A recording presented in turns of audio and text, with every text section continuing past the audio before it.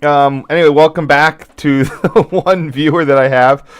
Sorry for not putting up the notification earlier. I had a very busy night. Well, just distracting night, and then unproductive night, and then research night.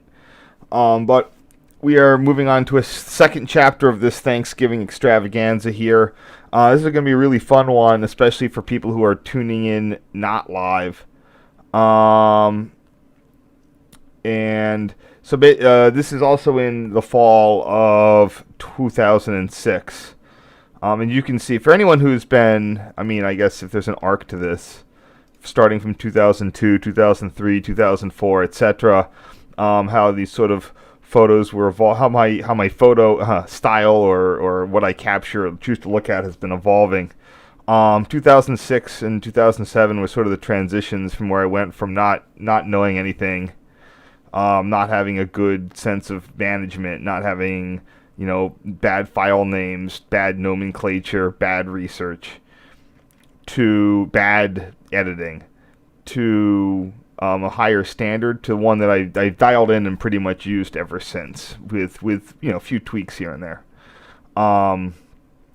But still, 2006, a lot of this still needs to be redone. But this is still a really, really interesting. This is gonna be a really fun story, and I'm hoping that we get people joining in.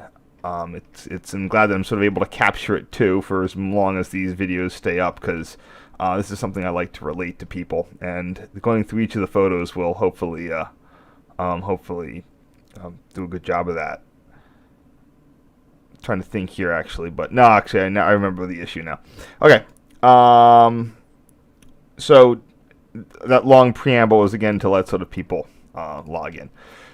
So what the setup was is that PRR, local Philly businessman and railroad enthusiast Bennett Levin, who I think is still alive. He years ago, even as early as '90s, he had purchased. Oh man, I'm gonna have to pull up all sorts of things here. Is everything okay? Yeah. Bennett Levin, for anyone who doesn't know who he is, if you're in the area, you know who he is. He is to South Jersey what CMSL Tony McCree is to. Sorry, he is to Philly what CMSL Tony McCree is to South Jersey. In that he early on, in the flaming aftermath of Conrail and general abandonment of stuff in the Northeast, purchased this facility here on the north end of Philadelphia, which is mainly a paper company, but also formed the Judiana Terminal Railroad, which, although it looks like a giant warehouse, is just a small part. It's sort of a shed that does restoration jobs. He actually he had a bunch of stuff out front, but he would put up signs out front, notable being those PRR calendar ones from the war. He put them on big billboards. He was the dude who put the Fire Anderson billboards up there more recently. Judiana Terminal Company actually has a contract with the River Line in South Jersey for maintenance of way. His son is a train or yard master for Conrail shared assets out of Pavonia. So he's sort of the big boss of the. He was the one who always gets mad at Tony because Tony's because that was under that that's sort of that acrimonious relationship. But at some point, I forget which units these are, but after the Conrail, I forget which units he has, but after either they might be the Conrail office car ones, but I'm not entirely sure. Owners of the Conrail, yes, blah blah blah blah, Junia, blah blah blah, office car. After the merger, one went to CSX, two were sold to Bennett Levin, CEO of Juniata Terminal Company, who have been overhauled and painted as Pennsylvania Road E8. As of 2019, these units are no longer in operation. Boo. Decision to the owner not to retrofit them with PTC, whatever. Amtrak wasn't really having much at doing fan trips recently anyway, so we'll see how that goes in the future. There's nothing that stops him with getting a PTC thing, but no point in doing it if it's not necessary.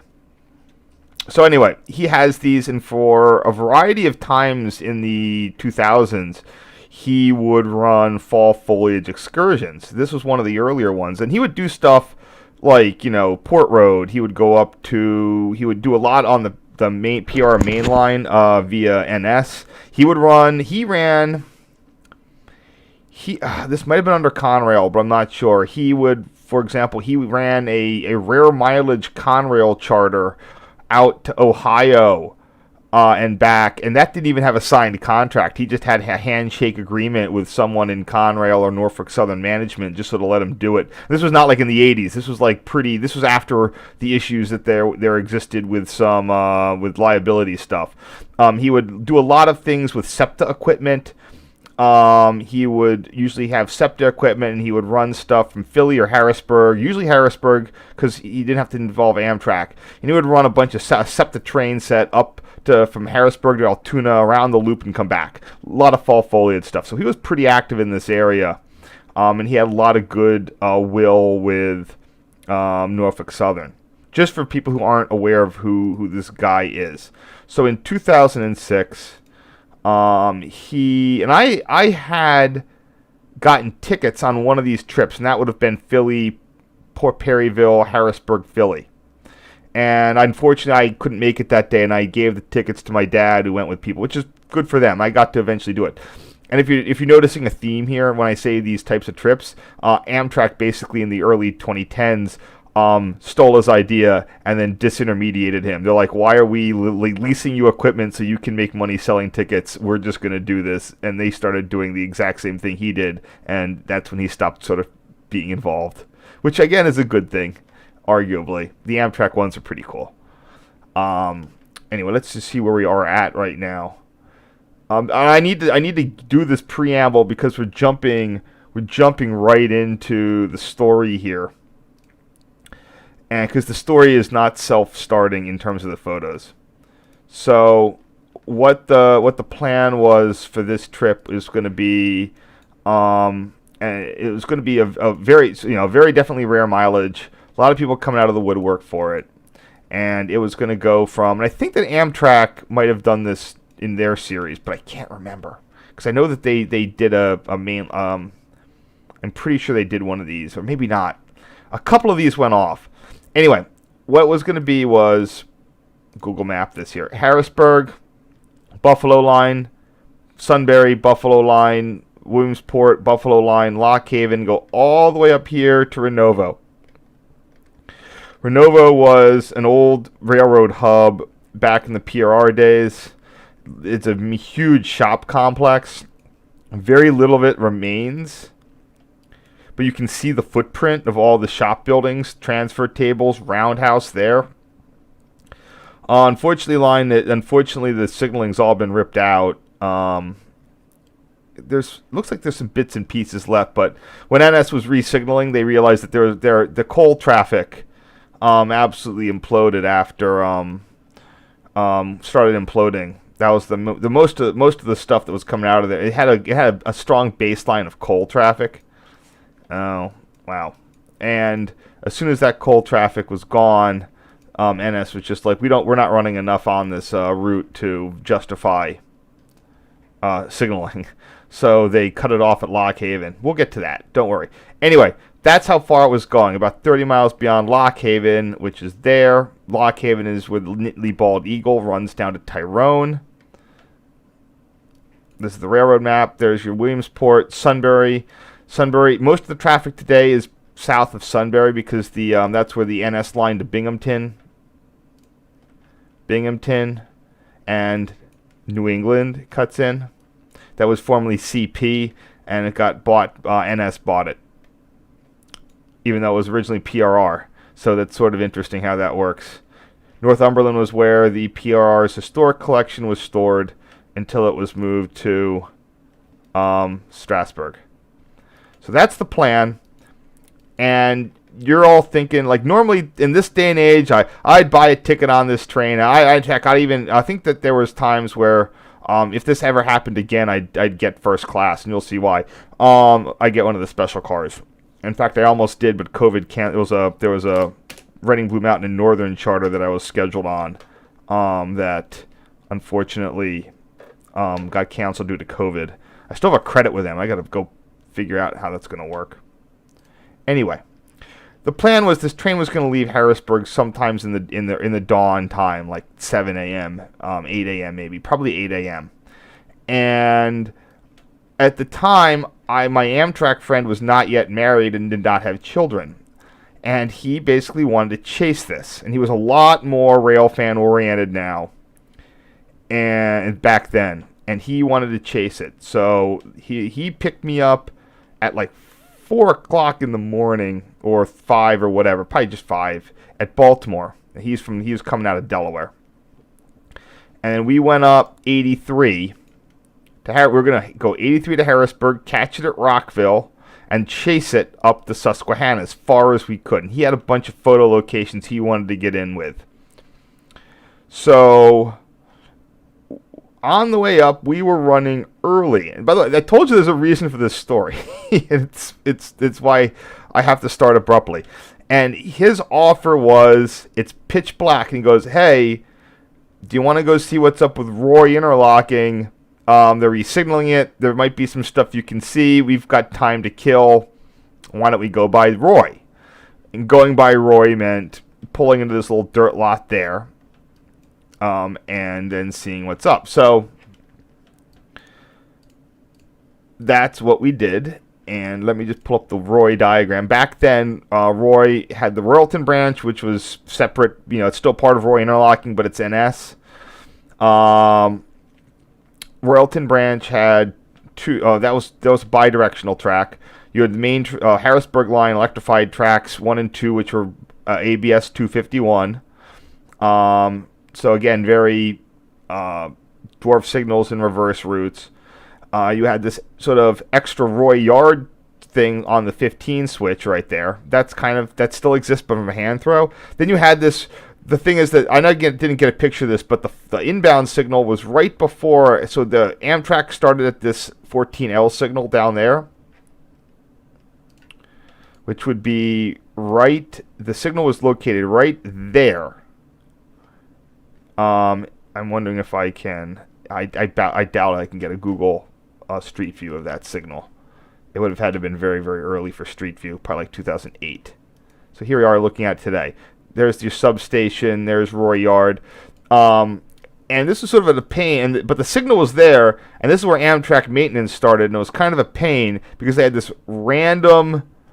Yeah, it's not even 2008. It's not even going to get me there. They had this random grade crossing they were responsible for in the middle of nowhere. And the rules examiners would use that as a trick question on their exams. They would say, name all. They would go to the guy, they were doing their examinations. They would name all the grade crossings on the Harrisburg line. And it was like Irishtown, Ebby-Chex, and one other one that's near Ebby-Chex. And then they'd always miss PA Route 441 at Roy because it was on the Royalton branch and no Amtrak train ever went over it.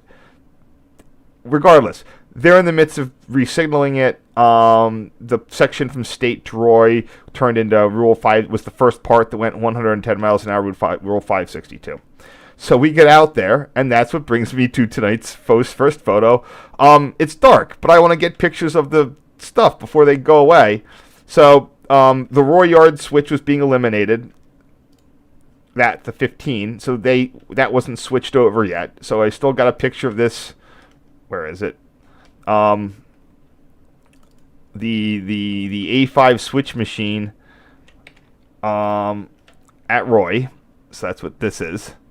Remember, so I'm with my Amtrak friend who's a dispatcher, and he's just like, let's just walk around at the pitch black on the tracks, get some pictures for you, see what you can do. And that's where we begin today's adventure. Wandering around Amtrak, the Harrisburg line with implied verbal consent. So let's just see if we picked up any more viewers, maybe, here and there. Okie doke.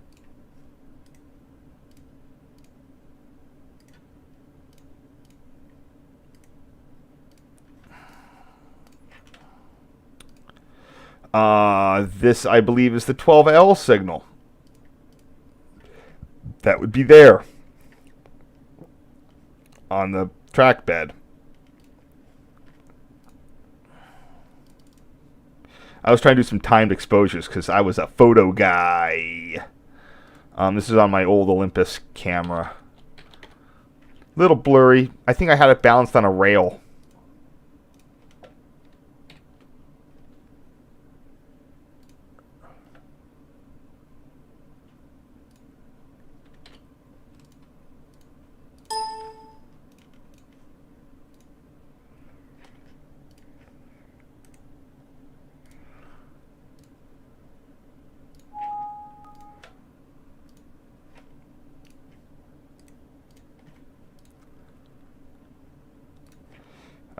This is a slightly better one with the flash. Note that you can get a slow clear off of this. It is not just restricting only, and I think that's reflected in the diagram. There it is. Yep. Fun fact: I have a video of a train going. I think I put there's a video in my collection, I think, of Roy of a train at Roy going over, crossing back over, at the risk of.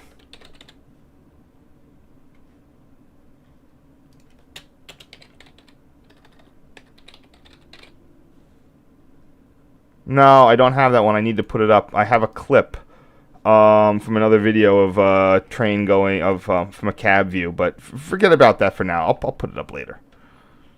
So I don't even know what to do with all this stuff. Oops. Oops. Did I? Let me see. Oops. Hold on. Yeah, I need to not hit the screen thing. Okay. Yeah, you guys didn't miss anything.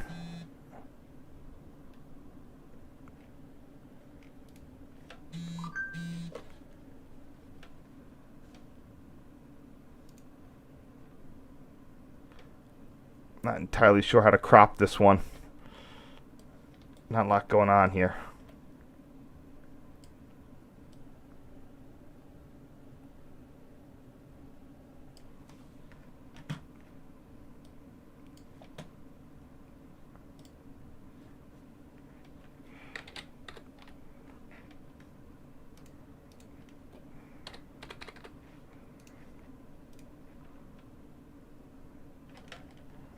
Sorry.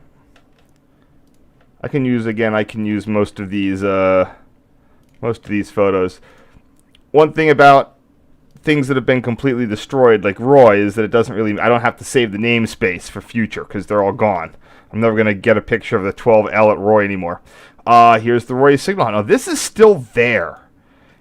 And I don't know, I think that the signs are gone from it, but man, if they aren't, Roy was significant for having Penn Central signs, even though they've sort of been painted over gray. I love that Penn Central font. It's very dynamic. This is, if it's not just the relay house, it's also the compressor house. You can see the compressor, the airline there. It was really dark. It's like, oh yeah, of course it's dark. It's night. I mean, this is just like Royalton is a town. I mean, it is a town, but it's just really dark, like the dark skies country kind of thing. I'm going to do a square one here. I'm going to do a square cut. There we go. You can still see that Penn Central, that beautiful Penn Central green cutting through there.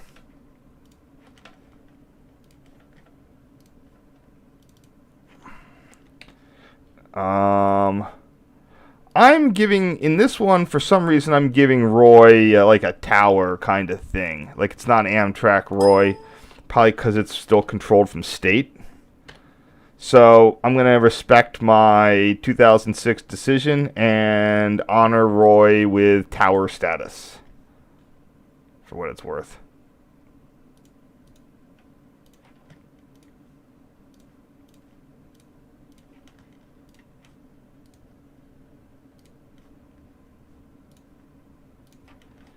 Next. Oh yeah, this is oops. This is me trying to do a timed exposure on it. I might have the EXIF information on these. I can't remember. I mean, I'm sure they're on. They're on this. I don't save the EXIF when I'm doing this anymore. It can screw up stuff on Google. Google will go nuts, and I want these in the order that I've saved them out generally, because otherwise it's going to screw a lot of things up. I also never used to save it because I didn't want. I've learned that it's not good to have certain kinds of viewers to give them somewhat authoritative date timestamps or locations.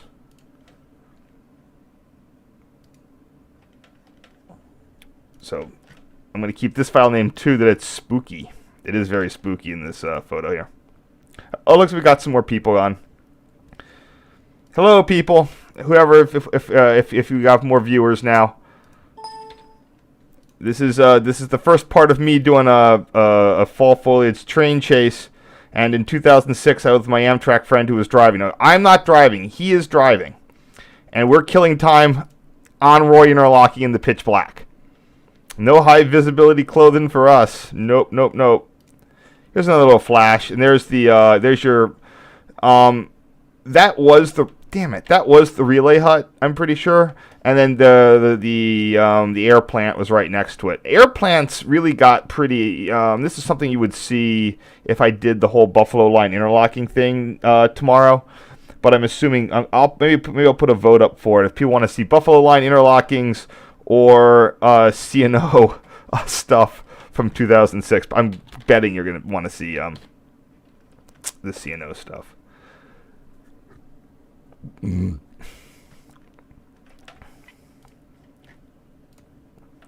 this hut is there. Oh, that's a bad name. So, that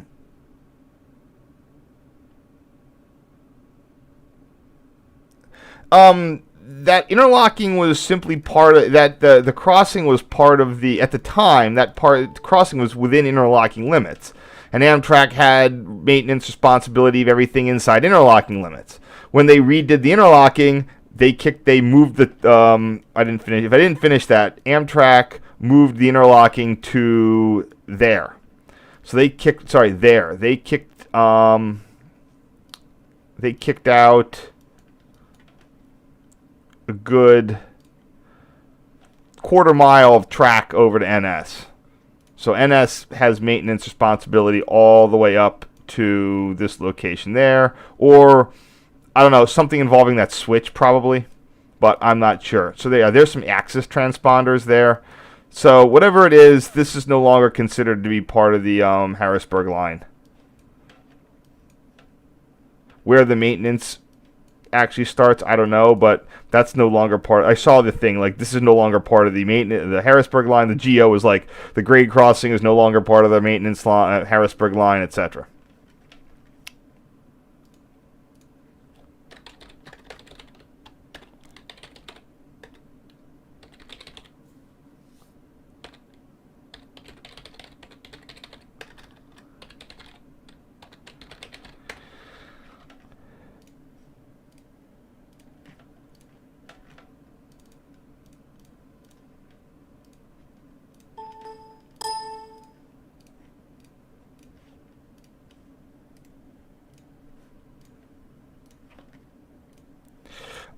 Unfortunately, that 15 switch was the only one that was left. Everything else was going to be reused and has already been installed with M3s. Note it's 5B, but it's going to be the future 91B. 9 being in this case used. So Amtrak has a plan.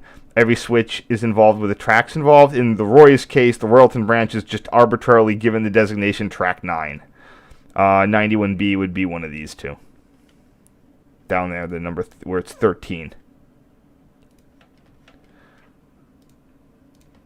I don't know why we thought to do this. or how we even got over here. Normally wouldn't even be on the route. Maybe we just might have been just killing time, or I wanted to see it, or he told me about it.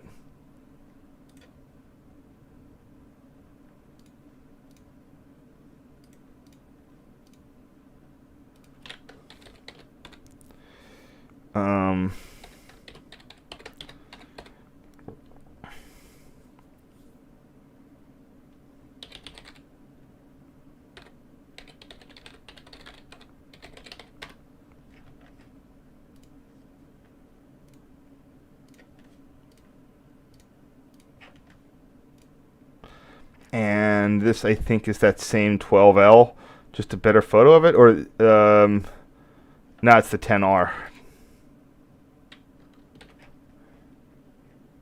The 10R, I think, would be the one coming out of the yard.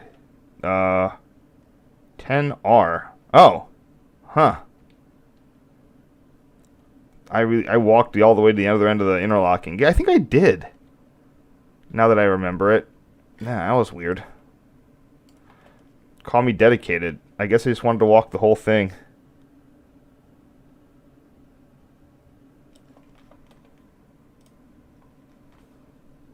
Daylight savings time was a little bit, it started a little bit differently back then. I think we've moved it a couple weeks. I don't think that has anything to do with what I'm showing here today. But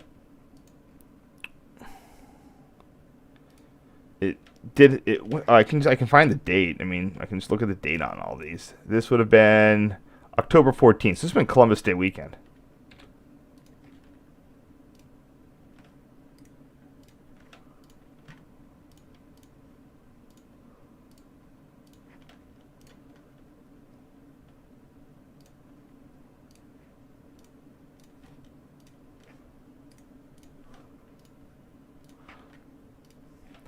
And this is the same one, I think.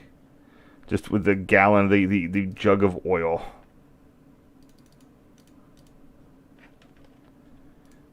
Alright, hold on here.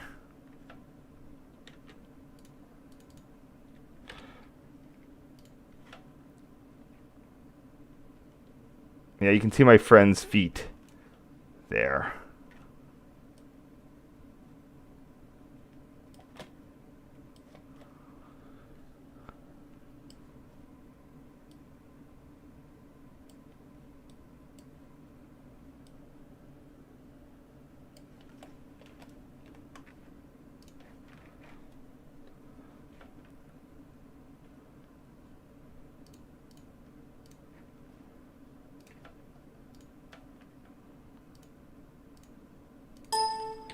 These M5 A5 switch machines are way bigger than they look. They are huge. They're way bigger than you think.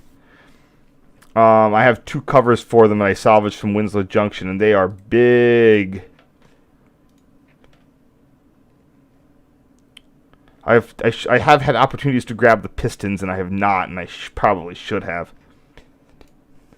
Okay, next fun thing we did. We got to Harrisburg a little early and just rolled into State Tower. This type of stuff I got to do way more often back in the day. Now it's always abandoned towers, but then it was active ones. I had previously visited State. I don't know if I've been over those pictures in a previous thing. But this time back in State, I don't know if I got to work anything. Didn't really have. It was very dark in there. The lights weren't on. The guy, I think my friend was still working towers, so he knew all the people. But this was pretty neat of just sort of being able to roll into State Tower like that. This is the middle of the machine. I had to use flash. Again, this is where if I'd had oh, what the heck? Did I take that out of there? I might have. Not included that photo because he didn't want those in.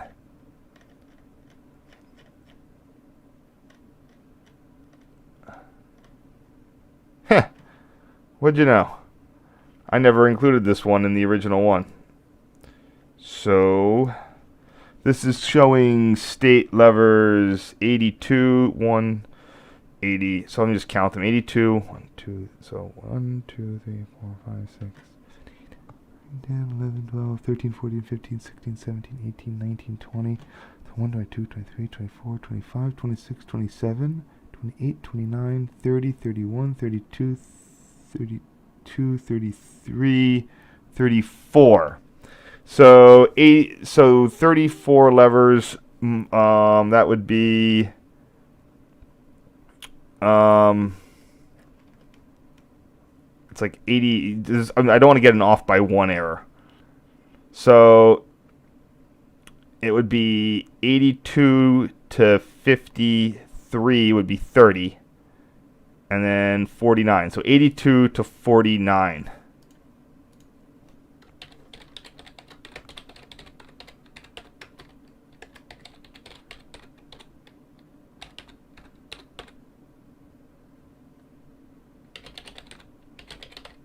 Oh, you can see the clock. It is 10:07.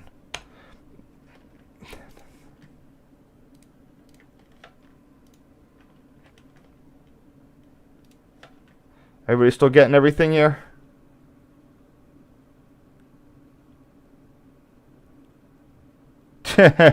What's the time frame on that? And I don't know why. There's no reason for them to extend it back to Coatesville. That's weird. And I'll let you guys, first one to say why that makes no sense, can win a gold star. And this is a picture that I was duplicating from my original trek to State Tower. I wasn't happy with how it came out, so I wanted to do it again. No! Frog heck.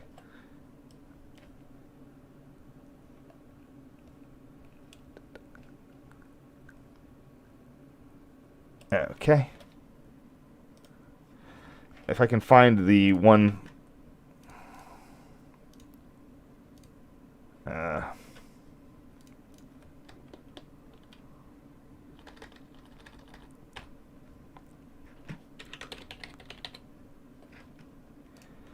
Actually, I think I got into State in 2003. Yeah, I tried to do some fancy shots in State, but it wasn't working out so well because I didn't know what I was doing. Anyway.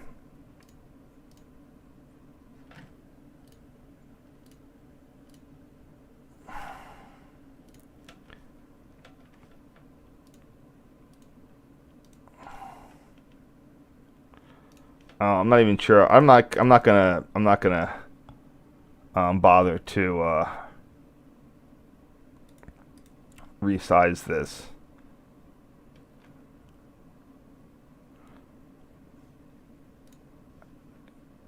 Because it's good to keep it. It's a good interior foot. In fact, I shouldn't have resized the other one.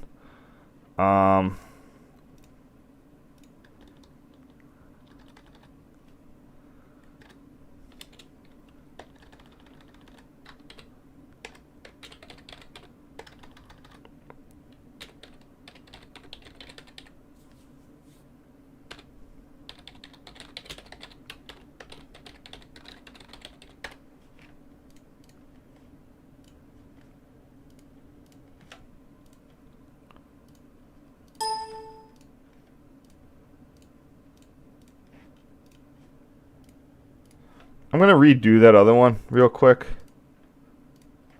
because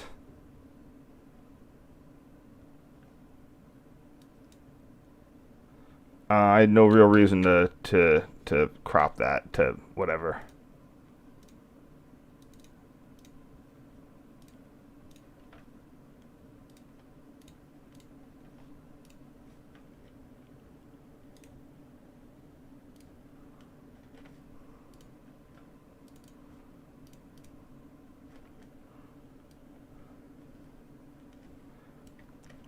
Yeah, it's best to keep those at full resolution. Anyway, sorry about that.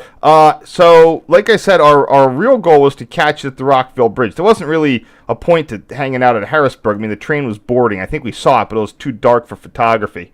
So, en route to because it wasn't going to go across the bridge. It was going to go up the Y. It was going to go up the Buffalo Line. So we were going to get to this little point on the other side of the Rockville Bridge where we'd be able to watch it, see it go by. It's still a popular train watching spot today. And while in doing that, we caught a train on the bridge with NS. That's going to be a C40-8W there. Two of them, 8818 and 8953, and those are all gone, and then UP 5307. So let's see how to do this.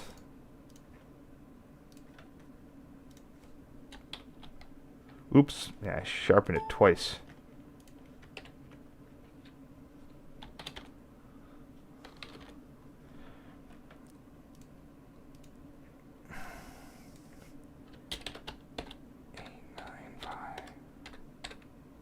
Plus 8818 plus UP 5307.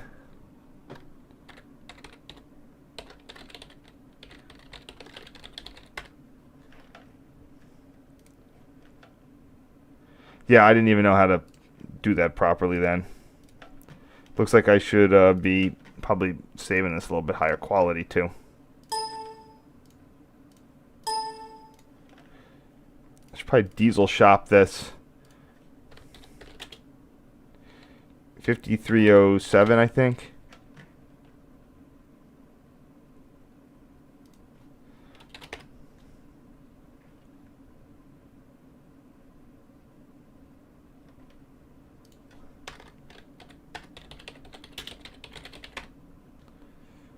ES44 AC. Nah, not then it wasn't.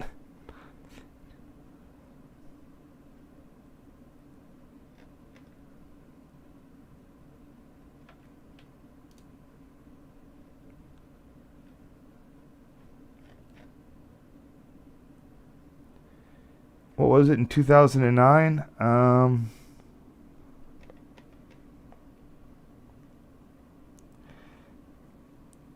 Yeah, maybe. Oh, it was an AC 4400. Wait, AC 45. Looks like it was an AC 4400.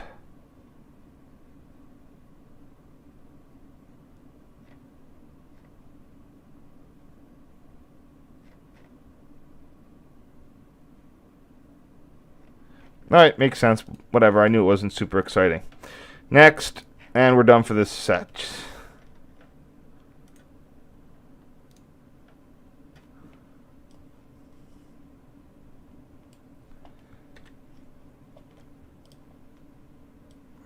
Today it's going to be a slightly longer set of photos, and I'm sorry if this runs long. But hopefully we can get a little bit more speed here going forward.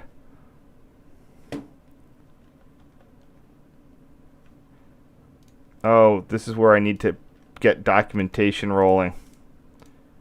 Damn it, come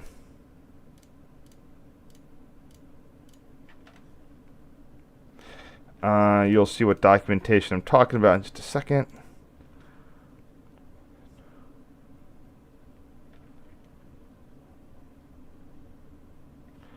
Philly Interlocking Trucks, 1997. You remember these. Those will come up in a second. All right, let's see if anybody has any questions.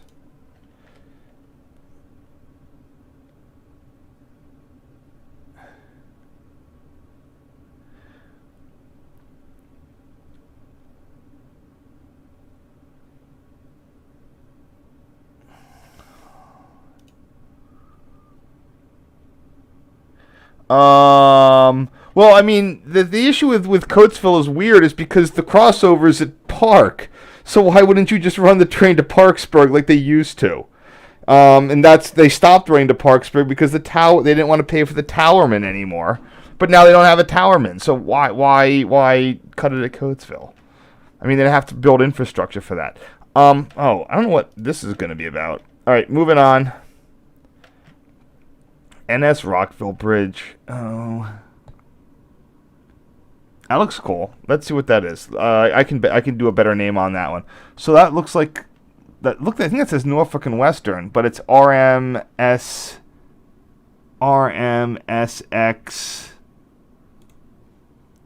173519. All right, I'm going to go with that. Crop it and call it a day. So this is up at the location. When we get up there, there's a train moving.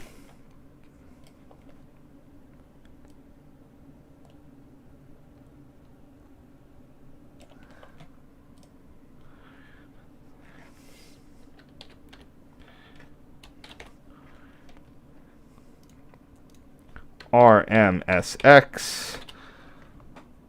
What was that? 173519. 173519 at Rockville.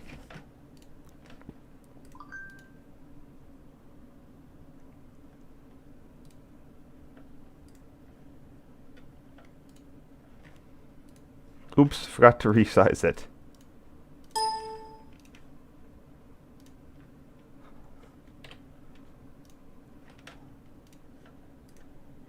Good enough. Next. Wow. Truck frames. I think these are still a thing. TTX. Gosh, I can't get a thing.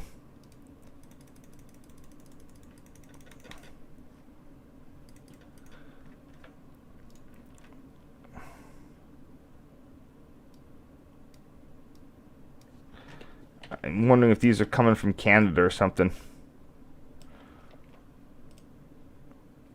Or going to. Now, I'm pretty sure this train was heading off.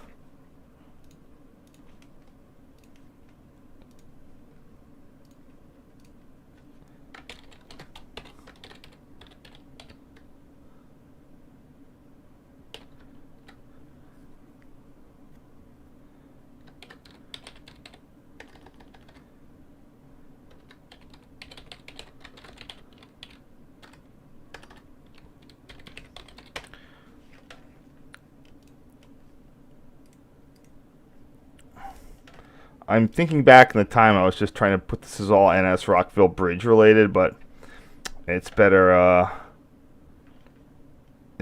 the end. All right.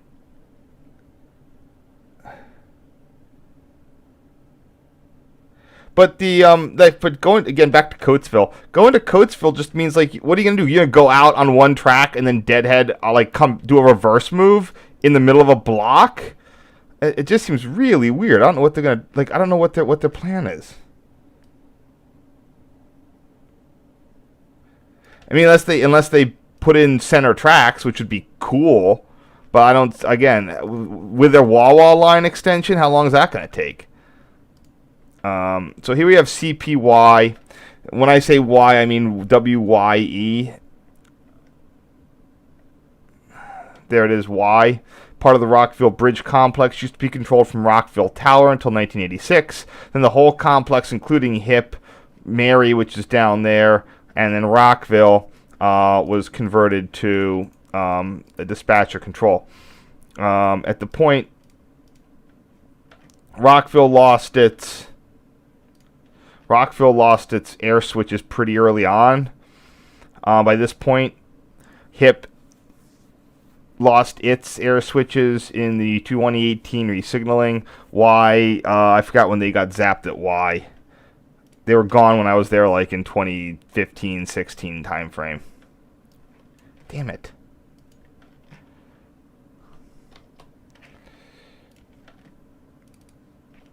Yep. Don't have much. Come on. Cool.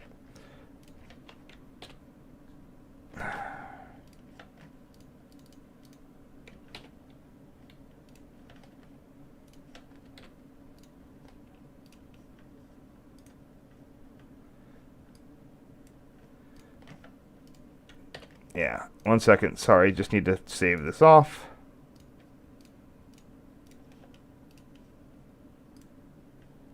Kiddoke. Here we have our freight train rolling past CP-WYE, and there's your airline. Let's see what I can do with this.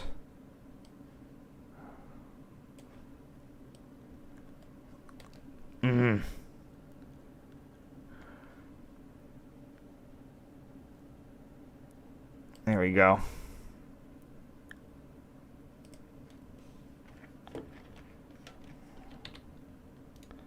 Still got that sort of blue morning hue going on here. But the sun is sort of popping up over there. Nope.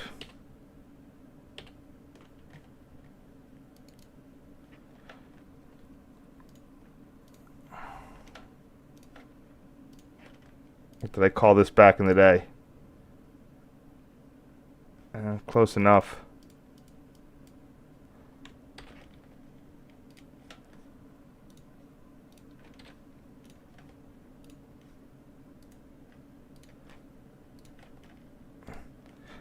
We have an airline tap. I wonder what I would call this back again. I've nomenclature for all this, and I used it correctly. See, I told you. I told at least some people who are here. This is where I'm making less of the errors that I used to be having to correct. Now I'm more able to use the names that I've chose for files because how do you describe this bung coming off the airline to feed a switch? Now, in theory, I should know what tap number this is, what switch number this is for, but I don't. And I don't really feel like finding it out. I could, but I'm not going to... I try to do it afterwards. I think there's a couple of Tuckahoe things I need to go and deal with still. So another neat bit of these so all this was done in, I said, 1986. The use of that Core 10 weathering steel does give it a sort of a more timeless look because you can't quite tell how old it is. Core 10 looks like it can be very, very new or indeterminate. Those are the two choices when you're dealing with Core 10 weathering steel.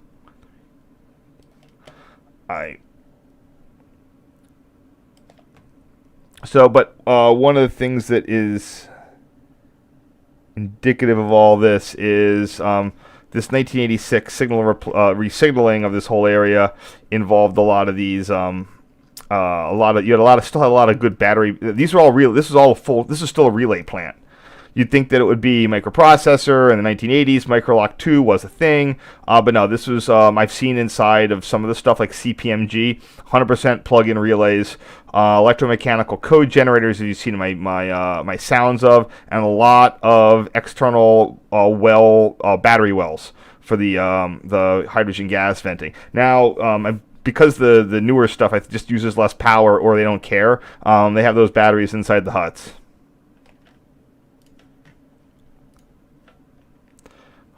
That's what I am calling CP-WYE. Oh man, is that the best one I got? I'm gonna change this because I'm gonna.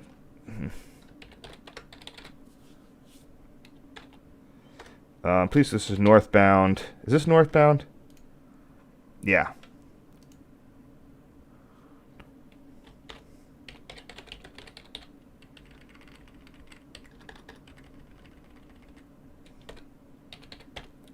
Things that I did not do back then, again, because I was more limited, like didn't take a picture of the sign. Although NS is nice enough that the new CP, all these new interlockings they put in Conrail territory, all use the blue signs, but the fonts just aren't quite right. I appreciate the effort, though. I don't know where they're making these, but someone there is awesome that they are still using the Conrail signs. Here we have part of the airline that's been replaced by a flexible hose. Part of the issues you see when you're involving compressed air. And for the record, that is not a PTC antenna. That is for ATCS.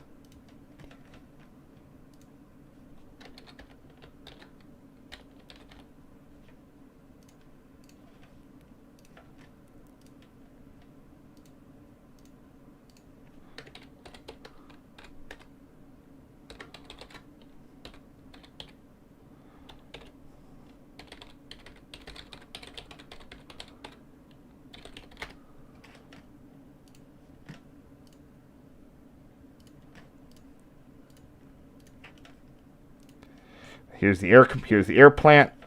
Like I said, with the Roy, This became a pretty standard air plant after a period of time. There used to be big involved things inside the buildings, but after a certain point, in as far as your cost-cutting automation of an airline, pneumatic interlocking plant can go, you're just going to have your air reservoir and your compressor. This is nice because it did give you a little bit of a buffer if you had a power loss. Just enough that, in theory, the dispatcher could send. You could do an air plan where you'd normal your switches and do other things like that. In the future, I would have multiple photos of this, and then it would be like northbound angle. I just call this the air plant. That would be your compressor. That's your air reservoir. Or I just call it your air tank. So every part of these I have names for.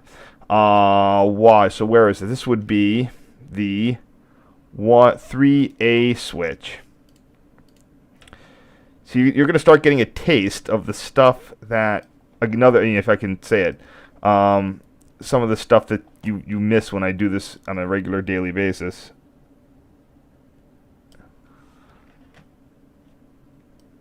I'm going to capture that. Okay.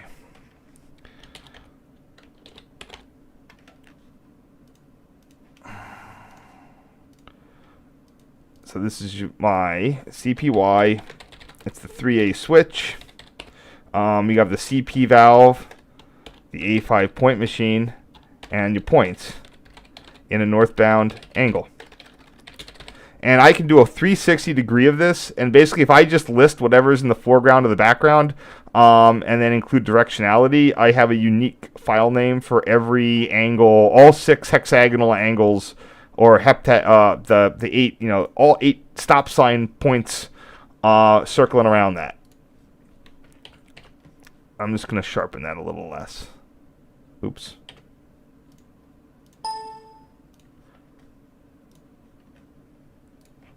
That was something that took me a while to lock down. Damn it. I regret not getting out to CP-WYE. No, wait, I did get out to CP-WYE. I'm sorry. I took all the photos I kind of needed at CP-WYE, but not really. When I went out there to get photos in like 2015 or so, there was a train parked there. I don't think it had a crew, or it might have, but I wasn't able to go do my full. I had to use a lot of zoom instead of just crawling around and getting all the angles. I got most of it though. This is going to be our 4E switch. Now note that this has a this weird. Why is your upper head going to be showing that? Why can't I get a clear off of this? Well, actually, it's because both directions are going to lead to a medium, some sort of diverging route. But as Conrail on its bulletin orders, because of the PRR, you could diverge over approach medium. So if I am on a diverging route to this guy, to another diverging route, I can go approach medium, diverge. So as long as it goes approach medium, I can see another approach medium, I can diverge. Then I can get a third approach medium and diverge again. Just interesting how that works. Because you couldn't display medium approach medium on a PRR position light, so Conrail just did a rules hack. So you could diverge over approach medium, approach limit, or approach slow as long as the preceding signal was not clear, or not. So approach medium to approach medium diverge, approach medium diverge again, and then I think that then you would have. I'm not sure why you would have it approach medium there. Probably short signal blocks, because I think you can get an approach slow at the milepost 107 intermediates.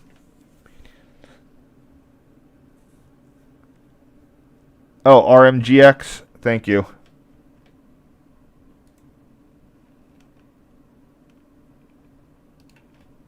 What is RMGX?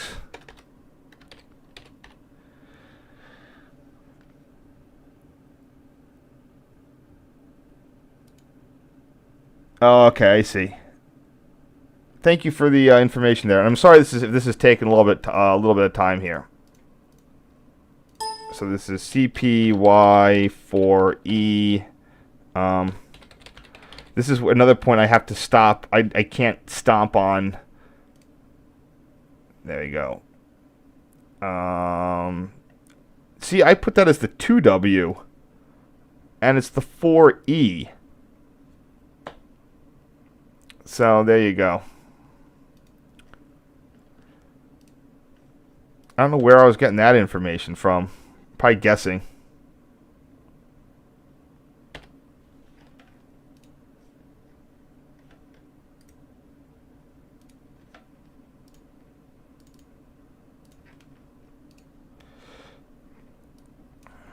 And this is our 2E.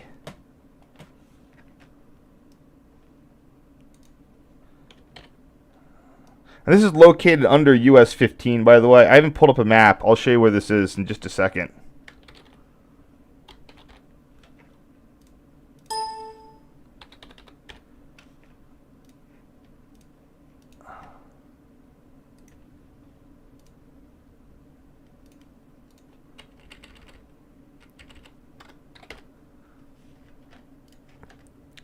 So if you're wondering where we've gotten off to, we've been at Royalton. Then we rolled up to Harrisburg. And then here we are at the Rockville Bridge right there. And CP-WYE is located right there. And it's right under the US 15, US 22, 322 bridge.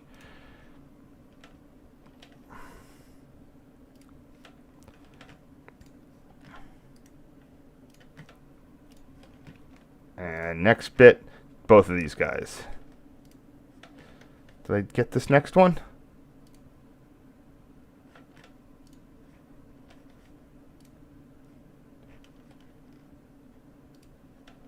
I don't know how I mixed those signals up. I got them, I could have just been guessing.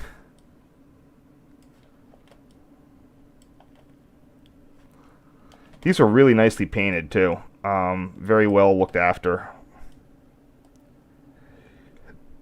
NS would put some effort into keeping the PLs fresh and painted.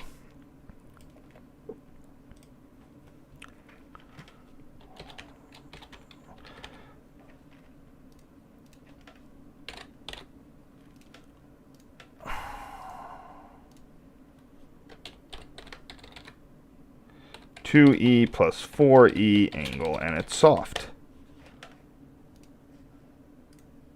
Yep, there we go. Good enough. All right.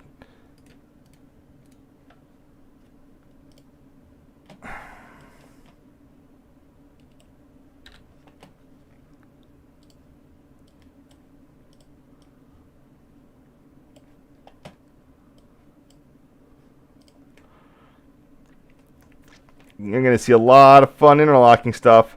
Yeah, and again, if I was doing this on a daily basis, you would just see like days of this. Like time for 50 more pictures of a signal. And that's why I think I'm replacing the Buffalo Line signaling unit tomorrow for the final 2 days with that CNO survey from 2006. You're going to have a lot more fun with that. Now, we have to do the Buffalo one at some point, but I can do that one. I mean, I'll find another. I'll probably do it over Christmas or something.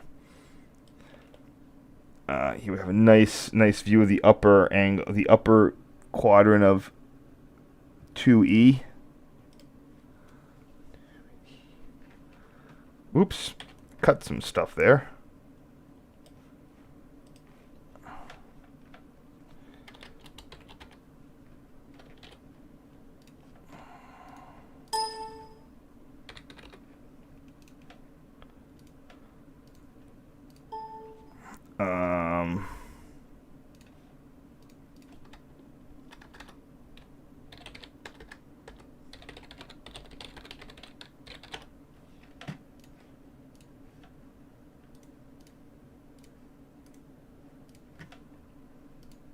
Whoops.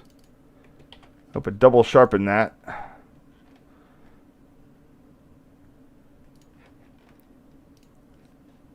Another inside of the 4E.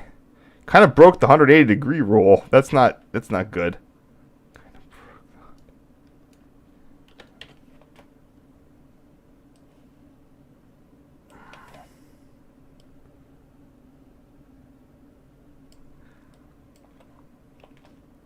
Oh, I didn't check questions, or did I? There we go. Brought that back. Yeah, selective lighting, brightness enhance of just. See, back in the day, I didn't know how to do the selectively enhancing the shadows, which is super great when you don't want to blow out the back of your blow out the rest of the picture.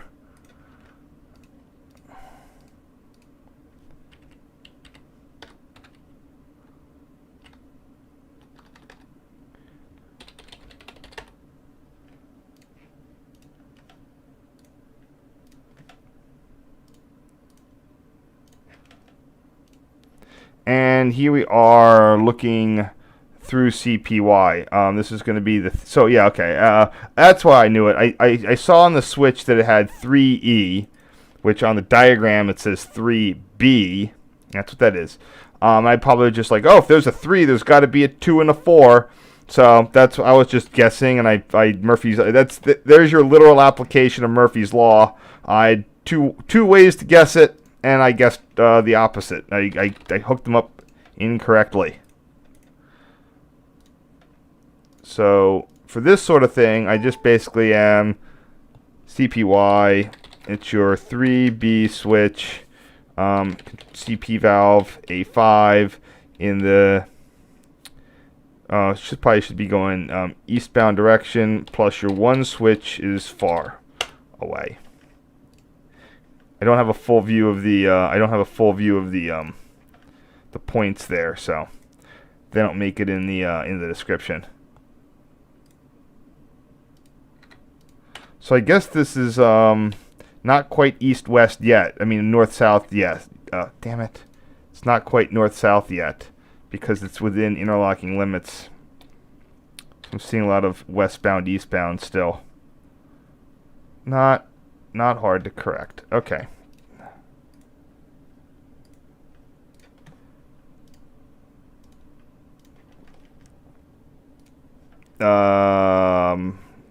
This would be the one. This would be the 1A switch. No. Yes, 1A. Little tilty. Got to fix that.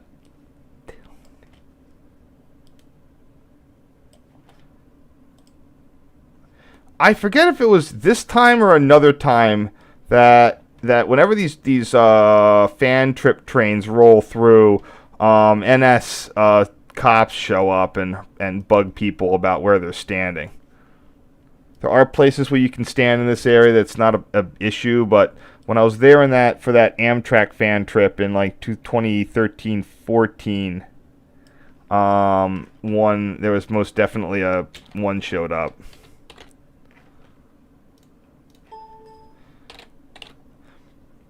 So again, this is the 1A switch. 1A switch, and it is the A5 plus the CP valve inside. No points to mess about with. Next, this is... Geesh, I have no idea where I was.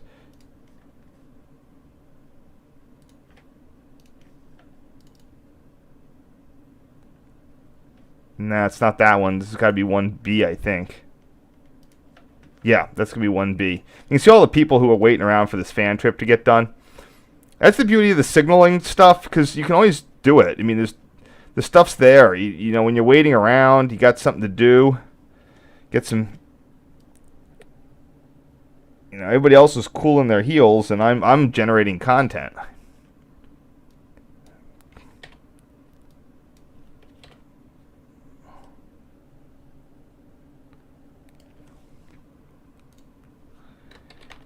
I'm gonna call. I think this is gonna be the 1B. Yeah. Only one I don't have photos of yet. Huh.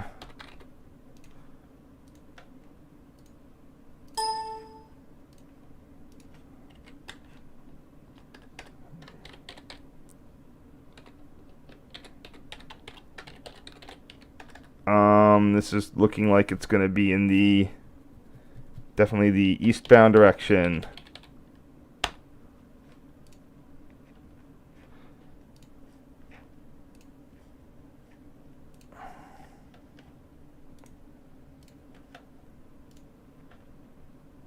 And the next one, just sort of a close view.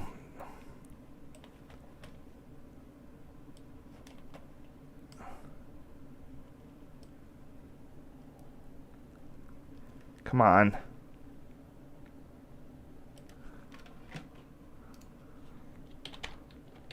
For those of you who don't know how these work, I probably should explain it while I have them right here. Pretty simple. In this can-shaped thing are a number of electric to air, electric solenoid type valves. A lot of engineering in these. A lot of the magic sauce is located in here. It has to do with how do you make sure that the switch just doesn't decide to throw. And there's a lot of stuff that went into making sure that these just would not randomly throw. A lot of safety things, and that's sort of located in this. I mean, you have other circuit controllers, but these absolutely, there's a lot, in the first couple decades of power signaling, both electric and pneumatic. If you go, if you read the history, a lot of the early problems were that the levers in the tower would not match what was actually on the ground, or that the ground stuff would just randomly throw. There's your air feed. Valves in here. They then feed either side of a single acting piston, or double acting, whatever. Wants to throw one way, ka-chung, goes out. Wants to throw the other way, ka-chung, goes in. In here, there's a circuit controller and a sort of a way that's just sort of that changes the angle of the direction of the force. So they're very, very, very simple, especially if you've seen the cover off. And in my other videos, you have seen the cover off.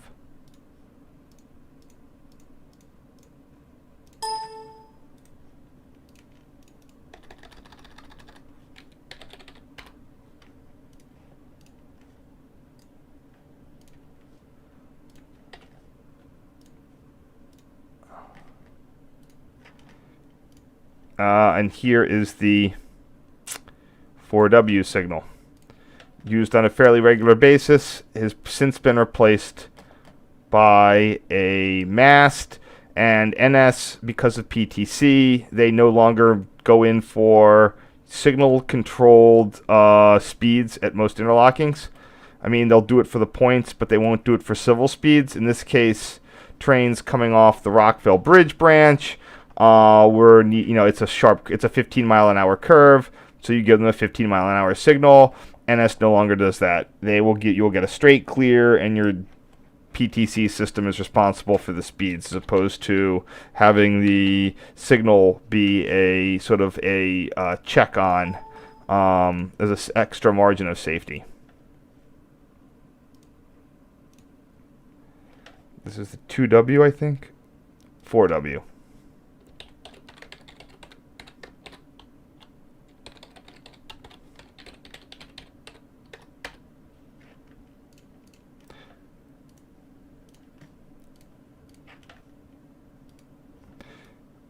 Here is, again, the paint job on this was super beautiful. Note, everything is approach lit here. No free lunch. If you don't get a train coming, you do not get lights.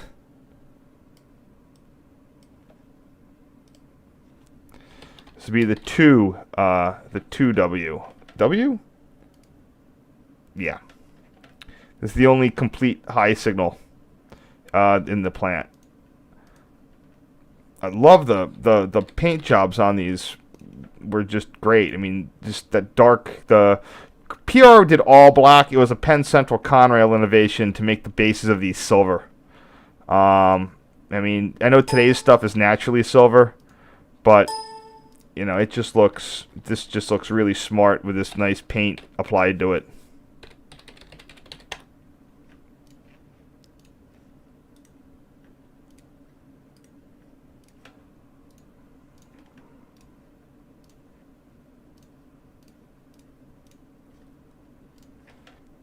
And, oh, hey, I climbed up on that thing. I don't know if I wouldn't have gotten bitched at in this session. No one was around to care. You can see where CP-WYE is in relation to where people are. A lot of the rail fans will stand over there or on the crossing in this wide portion. Crop this out. Let's see what I can do with it.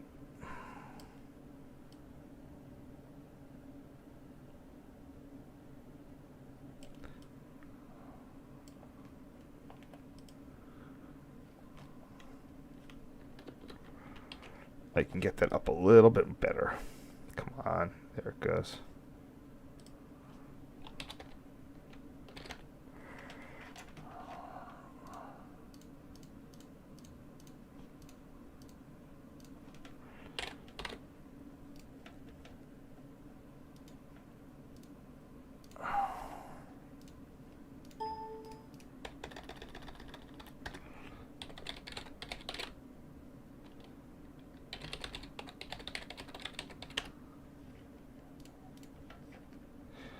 It's also neat to see just how that one switch is all as the way that the track curves in.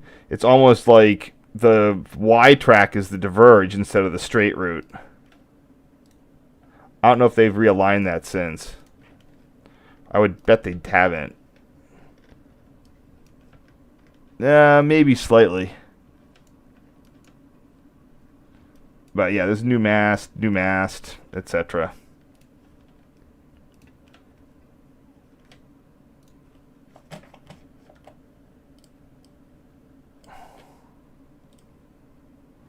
There we go. Give this the old crop. I'll probably make this a square cut if I can. Come on.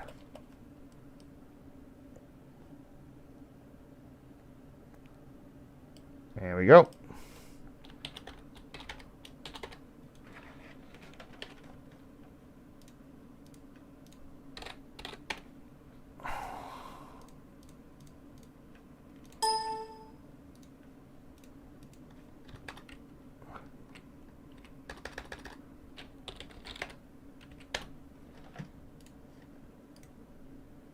Got it.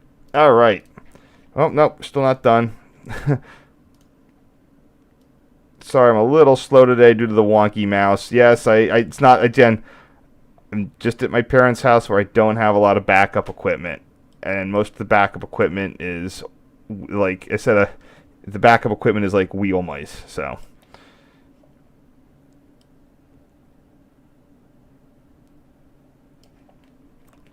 I am heading out tomorrow, by the way, to do some NEC rail fanning at Croydon. If anyone wants to join or lives in the area, I'll be there between like maybe around 10:30 to noonish.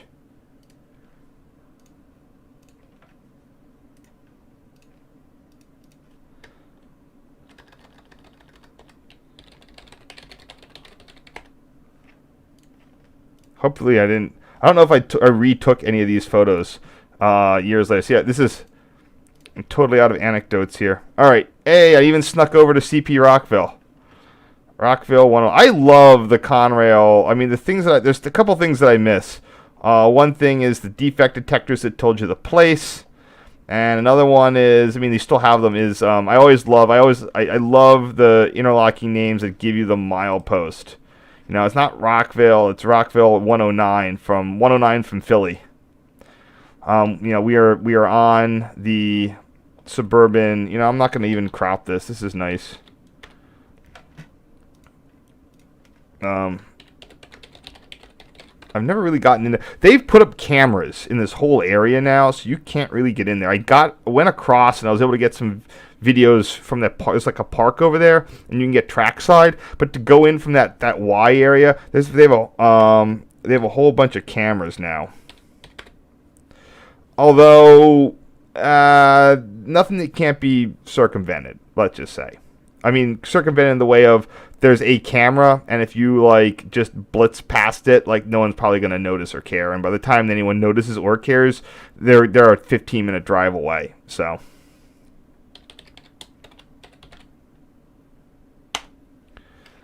but you can't dawdle if you're out there.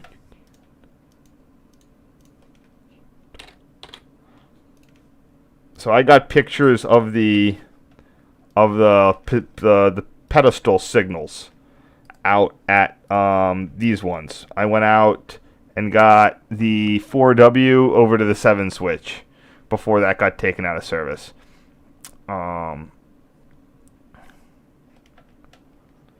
Didn't get up to that 12E though. All right, sorry for the pokey time here. I was hoping that this would be better. I got, how many do I have for tomorrow? Yeah, I need to do a full set. So we got one more set of 12, and then that'll be it for tonight. And then I'll see you guys tomorrow. And this is where you get the actual excursion train photos here in a second. Let me see if we have any, if anyone's still left in chat. Anyone there? Anyone still left? Maybe. All right, let's finish this up.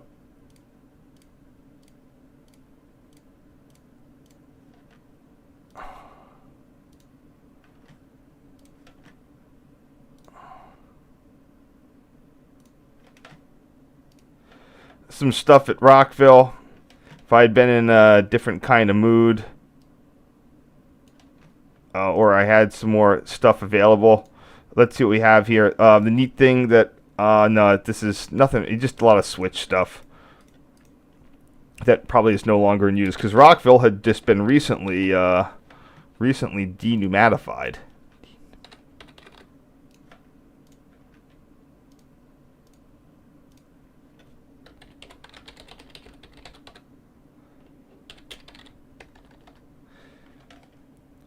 I should probably check, see what I was using for these names and stuff.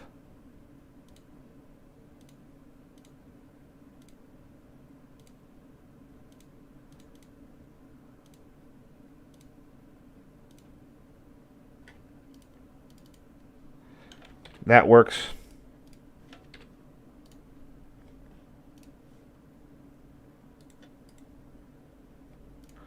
Oopsies.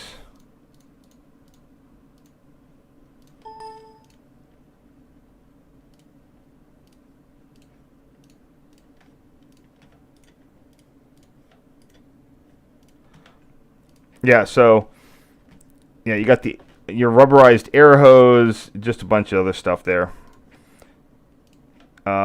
This is going to be CP-ROCKVILLE 12E signal. 12E.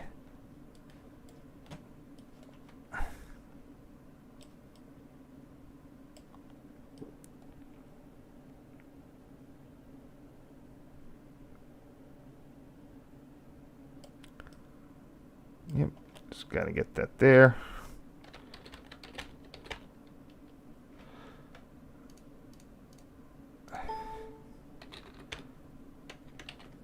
Oops.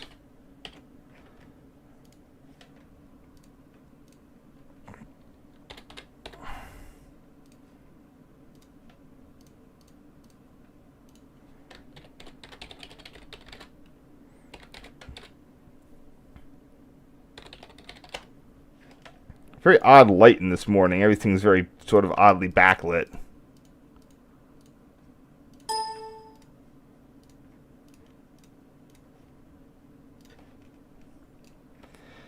How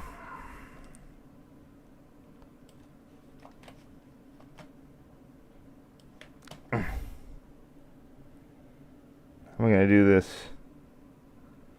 Can I square it? Might be able to. Let's see. Am I? Oh, I can. I definitely can. Come on.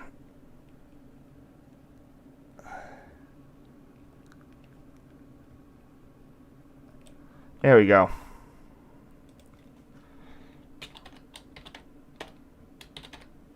Clearing up nicely.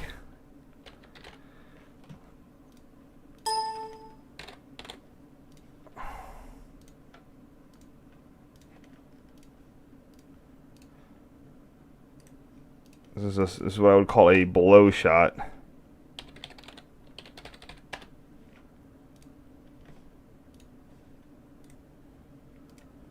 Whoa, I triple sharpened it there.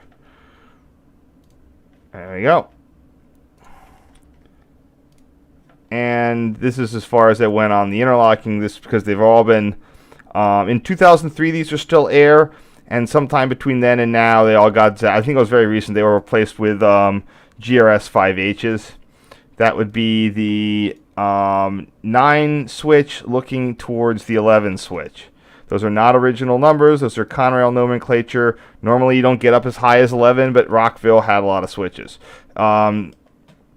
Rockville is home to that 4-track position light gantry that then turned into a 3-track position light gantry. When they extended the Buffalo Line switch out of the yard, or signal out of the yard. So here we have CP-WYE. There's where Rockville Tower used to be, right there. And that's where the Rockville 109 relay hut was. And then your signal bridge was there, and for a while they had, wait, hold on.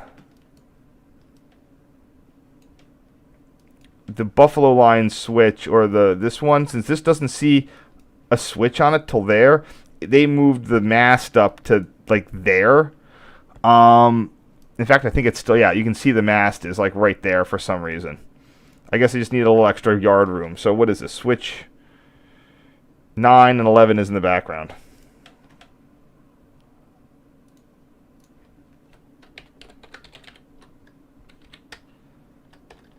Nine, switch.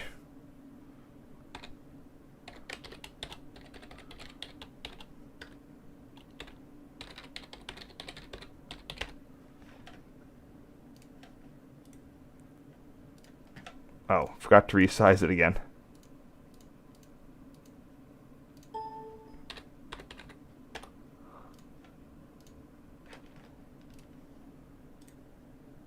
That did it. There we go. On the home stretch here, Rockville in the other direction. It's a shame that the, I mean, they have, the Rockville name is there in Conrail blue, but the Rockville 109 style interlocking hut is not. The really weird thing is, I mean, if you want to call it weird, oh, you're right. I have no idea where that would be.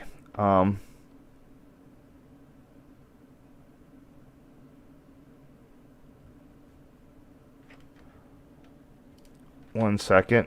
I just got to find this.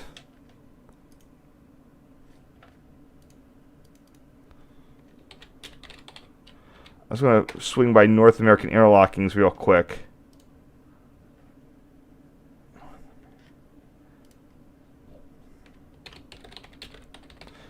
So Rockville. So, yeah, there's the old tower.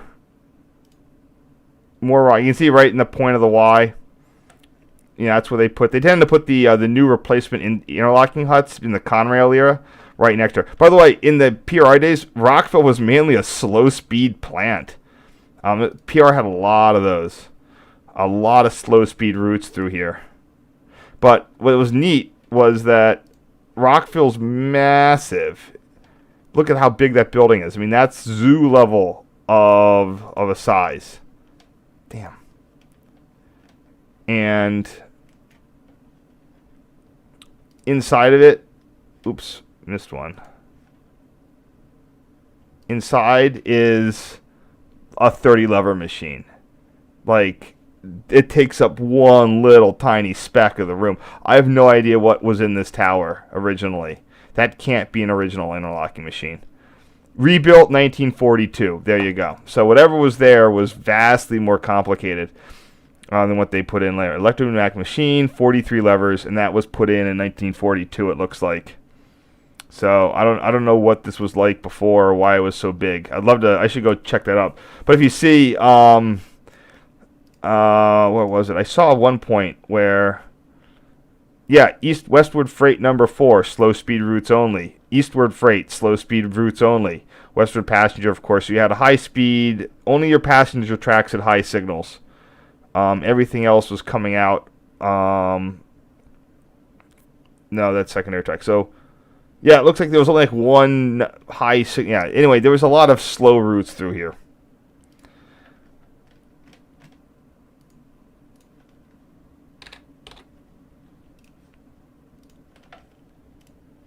Next. CP, I'm just going to call it that, because why not? It deserves it.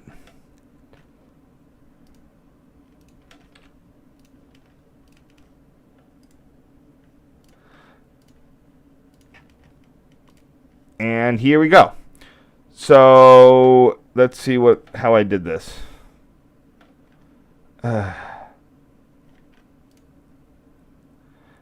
All right, so this is PRR 5809, and I'm not going to use what I had here for this. So my original photos are terrible. I mean, I processed them very, very poorly. So let's see what we can do.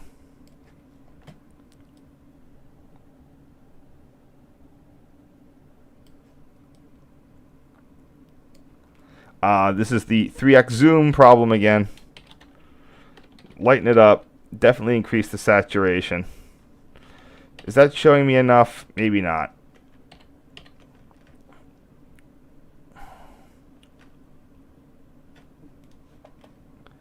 It's the problem. It's like when you have a small subject like that,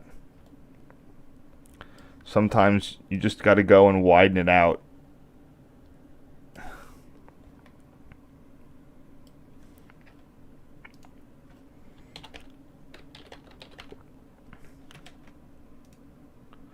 What did I say that PR lead unit was? 5809.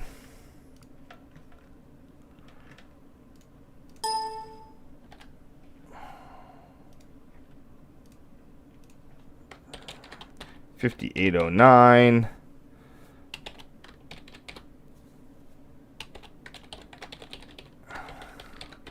That would be the 12E, and it's lit.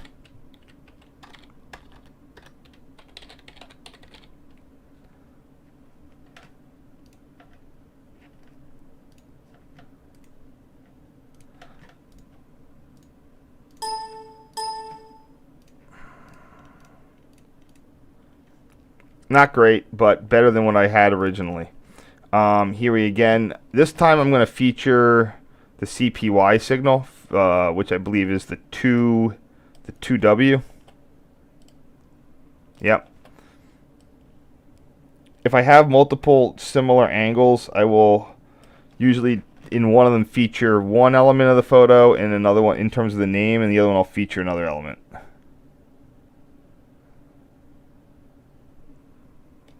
Oh my God. All right. Squash that in. There we go. That fixed it. There we go. That'll fix it more. What's the one behind it? 5809. I don't know what the other one is. 5711. Damn it.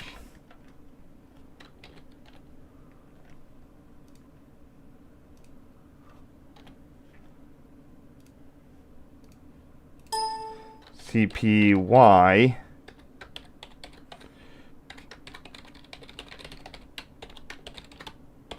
$5809 plus $5711.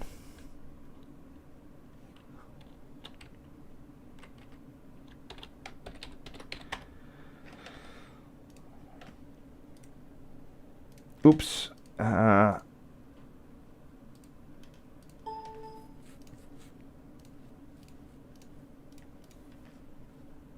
That'll do better. And then this one I can go and I can actually feature the train, as opposed to the interlocking. And this one is also, I can crop this a little bit better.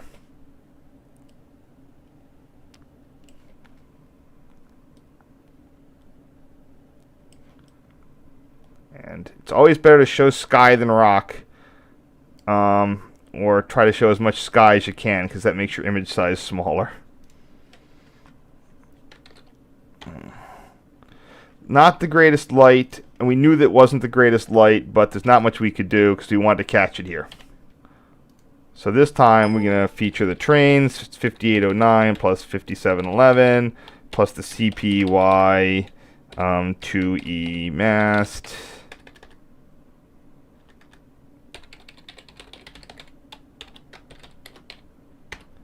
And there we go. Everybody's happy. Everybody wins. This point, these look really phenomenal at this time of in their existences.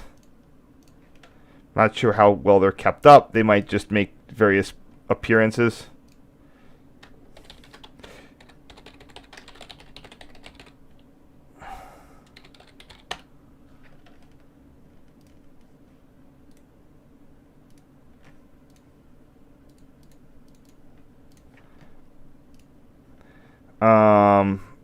And here we just have the whole thing entering into the interlocking. I might just keep this. I'm not sure. Hold on. Let me see what I can do here. I might just keep that cropped just right about there. Nah, I don't want to say. I'm just going to keep this whole thing. Man, there was a blue cast.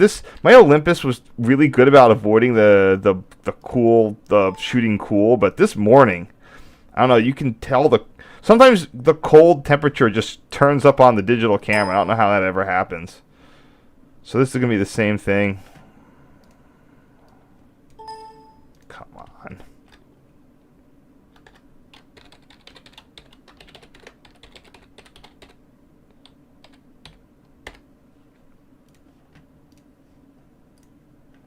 Nice.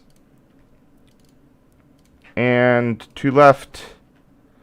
Oh, there's that. There's that switch. That's going to be the 1B. I note we have got a Metroliner cab car. I think that's the conference car. Wait, no, it isn't. They have a cab car in this. Yeah, I don't know why they have a cab car. Maybe they're going to do a backup move. 6949. Or they think he might have leased a couple of Keystone sets. That might be it.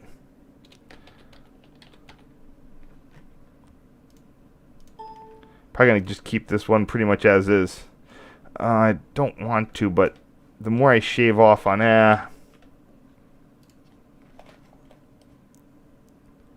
just a little bit. How much can I get off? Yeah, that's good enough. That road was distracting anyway.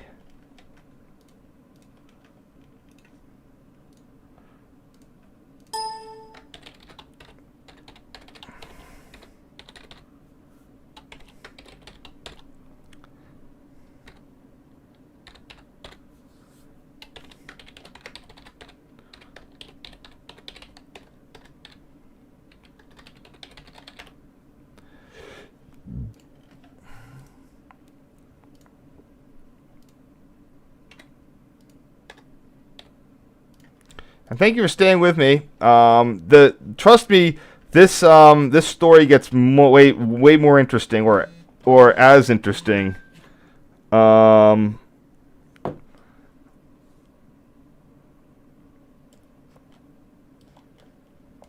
see, I don't know what all these cars are. I could probably go and figure them out.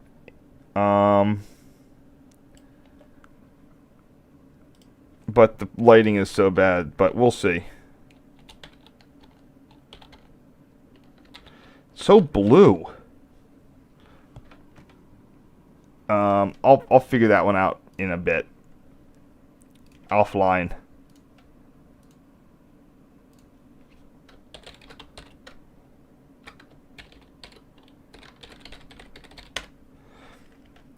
All right, thank you for hanging out. I'll be back tomorrow to finish this all up. Let's see if anybody has any questions and are still there. Well, anyway, thank you for hanging out.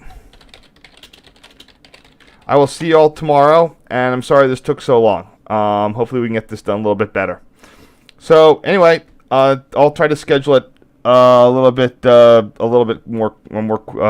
faster. So I'll just leave you go and have a great day and stay safe and everything.